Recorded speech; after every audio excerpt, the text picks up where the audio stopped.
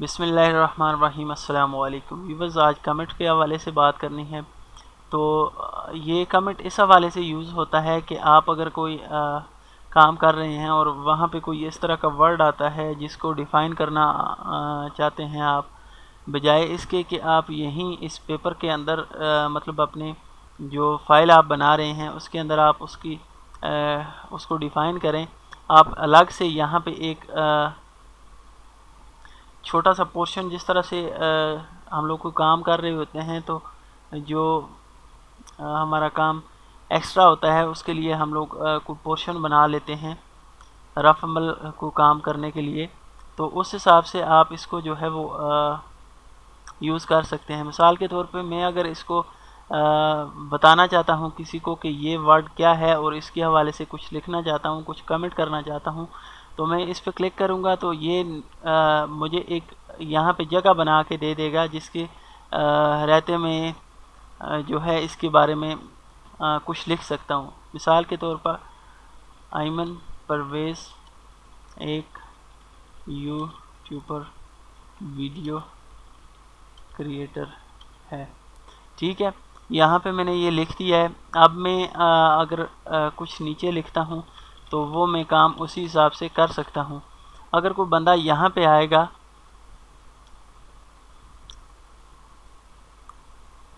ये देखें, अगर कोई यहाँ पे आता है तो उसे पता चल जाएगा कि ये जो है वो इस वजह से लिखा गया है ताकि उसे समझ आए। अगर आप इसे डिलीट करना चाहें तो राइट क्लिक करके यहाँ पे डिलीट का ऑप्शन आपके पास आ जाएगा। बॉक्स को सिलेक्ट करें और डिलीट कमेंट कर दें। और अगर कमेंट का रिप्लाई करना है, फ़र्ज़ करें किसी और ने ये आपको भेजा हुआ है और आप चाह रहे हैं कि आप उसका रिप्लाई करें, तो यहाँ नीचे आप इसके रिप्लाई में लिख सकते हैं, ठीक है जी, मैं समझ गया हूँ। इससे ये होता है कि आपकी जो फ़ाइल होती है उसमें किसी किस्म की कोई मॉडिफिकेशन आपको करनी नहीं पड़ती। आप जस्ट साइड पे एक रफ सी जगह बना लेते हैं जहाँ पे आप किसी के साथ जो है वो बात कर सकते हैं कमेंट के थ्रू। अब इसी तरह से अगर आप इसको मार्क डन कर देते हैं तो ये आपका हाइड हो जाएगा। और ये मैं अगर इसको सिलेक्ट करके इसको भी मैं मार्क डन कर देता हूँ तो इसका मतलब ये होगा कि ये कमेंट जो है वो उस बंदे ने चेक कर लिया है। अगर अनमार्क करता हूँ तो ये इस तरह से वाज़े नज़र आएंगे। और इसी तरह से अगर डिलीट करना चाहें तो आप डिलीट कर सकते हैं। आपने बॉक्स के ऊपर सेलेक्ट करना है और डिलीट कर देना है, तो आपकी फ़ाइल उसी तरह से जिस तरह से आपके पास थी सेम उसी तरह से होगी, ना कि आपको इसके अंदर कोई चेंजिंग करने की ज़रूरत होगी। अब नेक्स्ट हमारे पास आ जाता है हेडर फुटर।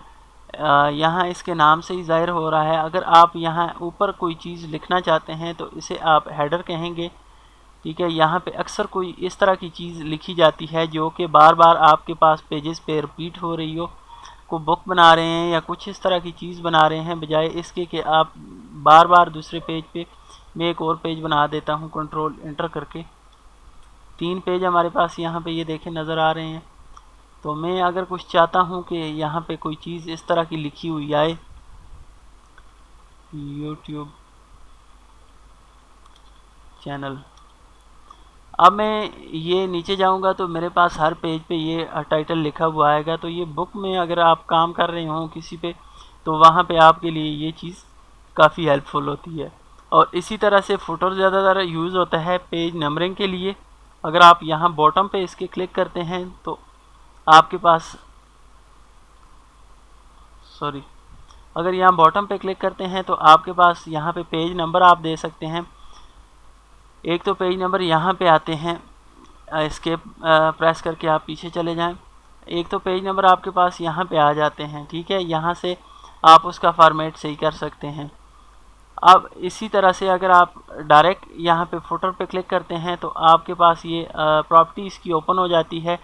यहाँ पे ये देखें हेडर फुटर और साथ कुछ और चीज़ें मज़ीद इसके आ जाती हैं। अगर डेट एंड टाइम के हवाले से या कोई डॉक्यूमेंट इंफॉर्मेशन आप देना चाहें, कोई पाथ या कुछ भी फाइल नेम को इस तरह का इंसर्ट करना चाहें तो वो भी कर सकते हैं। लेकिन ज़्यादातर केसेस में फुटर जो है वो यूज़ होता है पेज नंबरिंग के लिए। तो हम लोग पेज नंबर लगा के यहाँ पे देखते हैं।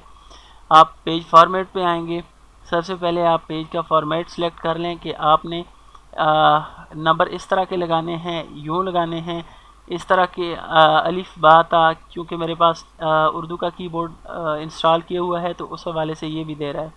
तो ABC जो भी आप सेलेक्ट करेंगे, फर्स्ट करें मैं 1 2 सेलेक्ट करता हूँ। तो ये स्टार्ट कहाँ से आपने करना है, 1 से करना है या किसी और हैंसे से करना चाह रहे हैं। तो मैं अगर फ़र्ज़ करें कोई बुक बना रहा हूँ तो मुझे इनिशियल पेजेस जो हैं वो ब्लैंक रखने होते हैं, तो मैं आगे से उसको स्टार्ट कर सकता हूँ। ठीक है, 5 6 7 तो इस हवाले से भी स्टार्ट कर सकता हूँ और 1 2 3 से भी स्टार्ट कर सकता हूँ। अब मैं एक यहाँ पे क्लिक करता हूँ तो हमारे पास यहाँ पे ये फॉर्मेट सेट हो गया है। हम लोगों ने फुटर पे पेज नंबर देने हैं। तो मैं चाह रहा हूँ मेरे पास मिड में आ जाए।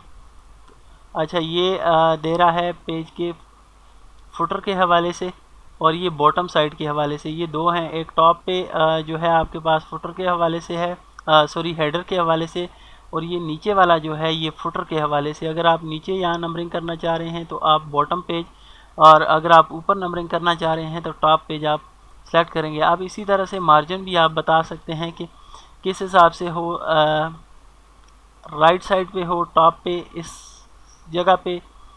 ये मैं जूम कर देता हूँ, आपको पता चल जाएगा। अब लेफ़्ट साइड पे यहाँ पे हो तो ये चीज़ भी आप दे सकते हैं, लेकिन ज़्यादातर केसेस में इस तरह की कोई चीज़ नहीं होती। जस्ट पोजीशन आपने सेलेक्ट करनी होती है कि पोजीशन कौन सी होनी चाहिए आपके पास और नंबर का स्टाइल किस तरह का होना चाहिए। तो मैं इसे कहता हूँ कि ये राउंडेड रेक्टेंगल के अंदर मुझे नंबर लगा के दे, और ये देखें इसने लेफ़्ट साइड पे ये लगा के दिया हुआ है। अब मैं इसको अलाइन करना चाह रहा हूँ मिड में। ठीक है, मैं चाह रहा हूँ कि मेरे पास ये सेंटर में आ जाए।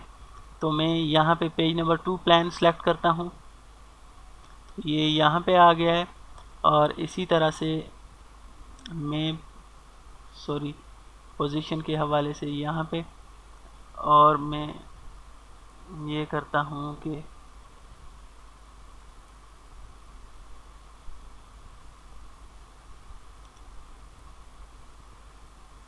ये सेंटर में कर देता हूँ। ठीक है, तो यहाँ पे आपके पास कुछ स्टाइल बने बनाए स्टाइल भी आ जाते हैं, तो उसमें से भी आप सेलेक्ट कर सकते हैं। आप अपनी मर्ज़ी का भी बना सकते हैं, वो भी कोई इशू नहीं है। मैं इस तरह का लगाना चाहता हूँ सेंटर में, तो ये लगा सकता हूँ।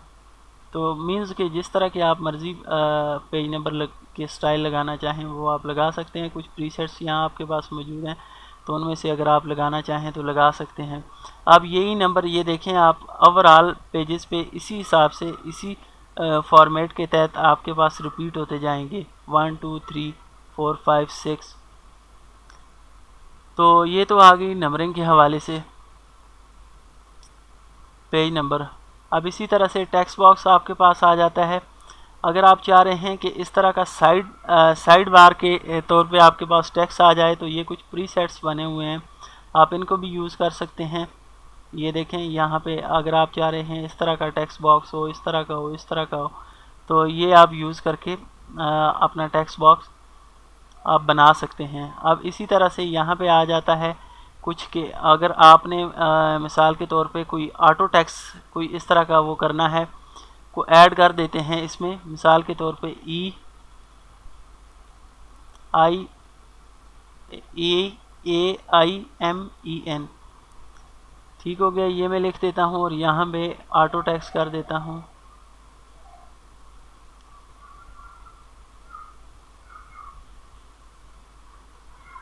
सेव टू गैलरी कर देता हूँ। ठीक है, ऑटो टेक्स्ट। अब इसी तरह से नेक्स्ट टाइम जब मैं यहाँ पे अगर आता हूँ तो ये मेरे पास टेक्स्ट सेव होगा। ठीक है, तो इस तरह से आप मज़ीद कोई टेक्स्ट इस तरह का है जो आपके पास रिपीट हो रहा है, 2-3 टेक्स्ट इस तरह के हैं, तो आप उन्हें कॉपी करके तो नहीं रख सकते। आप इस तरह कर सकते हैं कि ऑटो टेक्स्ट आप उसमें ऐड कर दें। फ़र्ज़ करें मैं यहाँ पे कुछ और ऐड कर देता हूँ।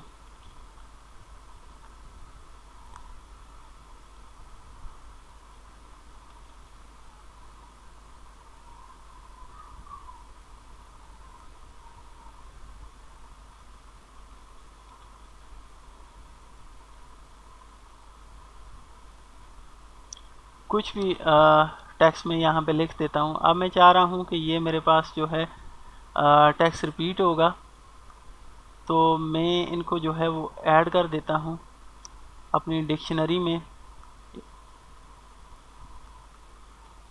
अब मैं जब दोबारा से ये टेक्स्ट मुझे यूज़ करने होंगे तो मुझे दोबारा से वहाँ पे जाने की ज़रूरत नहीं है। तो मैं अलग अलग से मैंने नहीं किए, तो आप अलग अलग से कर सकते हैं, ठीक है। तो मैं जब ये प्रेस करूँगा तो मेरे पास ये टेक्स्ट लिखा हुआ आ जाएगा, ठीक है। मुझे दोबारा कॉपी करने की ज़रूरत नहीं पड़ेगी। तो आप इसे इस तरह से इस्तेमाल कर सकते हैं। अब नेक्स्ट आपके पास स्टाइल के हवाले से आ जाता है। वर्ड के 3D स्टाइल अगर आप यहाँ पे को बनाना चाहें टेक्स्ट इस हिसाब से कि जो है वो इस तरह का कोई टेक्स्ट लिखना हो आपको, तो आप यहाँ पे वो भी यूज़ कर सकते हैं। और ये कुछ बने बनाए आपके पास स्टाइल्स आ जाते हैं, तो इनको भी आप यूज़ कर सकते हैं। अब नेक्स्ट हमारे पास जो चीज़ आ जाती है वो इसमें आ जाता है टेक्स्ट ड्रॉप।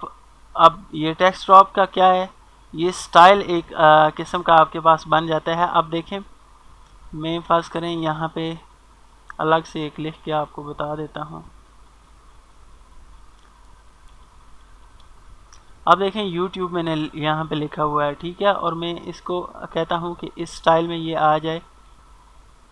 सॉरी, ये मैं छोटे केस में कर देता हूँ।